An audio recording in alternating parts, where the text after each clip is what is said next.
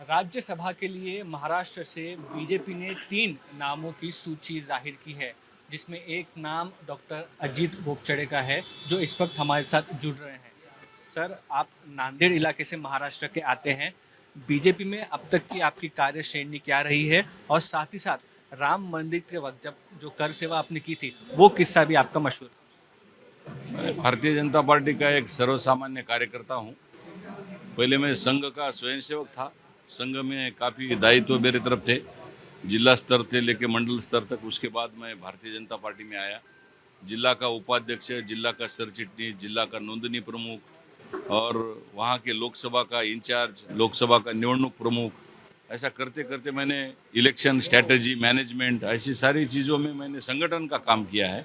और वो करते मैं मेडिकल सेल बीजेपी का महाराष्ट्र का कन्वीनर बना, संयोजक बना। उसके बाद मैंने मेडिकल सेल का काम महाराष्ट्र में शुरू किया और काफ़ी सारे डॉक्टर्स, डेंटिस्ट, फार्मासिस्ट, हमारे जो पैरामेडिकल भाई है, इनका संगठन बनाने का काम हमने किया।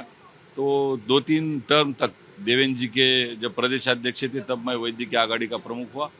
तो उसके बाद में राव साहब दानवे जी थे, अभी बावनकुळे साहब थे, तो उनके माध्यम से मैंने पूरे महाराष्ट्र में एक वैद्यकीय क्षेत्र का एक संगठन खड़ा किया। उसका सारे मेरे डॉक्टर्स जो मेरे पदाधिकारी उनका प्रेरणा के माध्यम से। और कोविड में हमने बहुत बड़ा काम किया था। मैंने खुद नहीं तो मेरे सारे साथीदारियों ने, मेरे पदाधिकारियों ने, मेरे साथ जो लोग थे, तो उन्होंने तकरीबन 3-4 साल तक रास्ते पर आकर कोविड की सेवा की। हजारों पेशेंटों की जान बचाई, हजारों रुग्णों को वेंटिलेटर से लेके ऑक्सीजन तक, इंजेक्शन से लेके ब्लड बैंक तक और एम्बुलेंस से लेके हर चीज़ मुहैया कराएगी, वो भी बिना मूल्य और मुफ्त में। तो ये जो सेवा कार्य का जो यज्ञ था, उसके माध्यम से मैं फिर प्रदेश का उपाध्यक्ष बना। आज मैं प्रदेश का उपाध्यक्ष हूँ और MBBS MD हूँ। तो मेरा काम है वैद्यकीय क्षेत्र में काम करना। मुझे लगता है कि इसका मुझे फल मिला होगा। साथ ही साथ कर सेवा की अगर बात करें तो उसमें भी आपका एक विटनेस आप माने जाते हैं। जब बाबरी मस्जिद ढांचा गिराया गया, तो क्या उसका भी एक तरह से श्रेय कहकर राज्यसभा की नॉमिनेशन दिया गया बीजेपी को, ऐसा लगता है आपने? ऐसा श्रेय वगैरह लेने के लिए हम काम नहीं करते हैं और श्रेय लेते भी नहीं है। हमारे जैसे हजारों कार्यसेवक थे, मैं एक सर्वसामान्य स्वयंसेवक के नाते से तब गया था और मेरा कोई उसमें श्रेय नहीं है। हजारों लाखों कार्यसेवकों का वो श्रेय है और मैं तो सिर्फ प्रभु रामचंद्र जी की सेवा करने के लिए वहाँ गया था। साथ ही साथ नांदेड़ से क्योंकि आप आते हैं, नांदेड़ से अशोक चौहान को भी राज्यसभा नॉमिनेशन मिली है। कल उन्होंने बीजेपी ज्वाइन की है। तो आम जो वर्कर हैं वो इन सारी चीज़ों को इलेक्शन स्ट्रेटेजी के तौर पर देखते हैं, और अगर सब्र रखेंगे तो बीजेपी में कुछ ना कुछ मिलेगा, इस तरह का मैसेज आप देना चाहिए। देखो, मैं संगठन का काम करने वाला कार्यकर्ता हूँ, जमीनी स्तर का कार्यकर्ता हूँ। मैंने पार्टी से कभी कोई अपेक्षा नहीं की। पार्टी ने जो आदेश दिया वो काम करना मेरा काम है। राजनीति करना मेरा काम नहीं। मेरा काम संगठन को बढ़ावा देना। मैं प्रवासी कार्यकर्ता हूँ, डॉक्टर हूँ।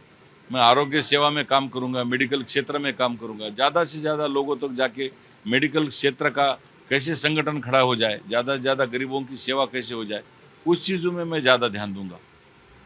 नांदेड़ की परिस्थिति को आप कैसे देखते हैं कि अशोक चौहान बीजेपी में आने के बाद जो भी खासदार दिया जाए 2024 में नाम दिया जाए, वो चुन करके आएगा, और साथ ही साथ मराठवाड़े के लिए भी ऐसे ही होगा, ऐसा आप विश्वास जता सकते हैं?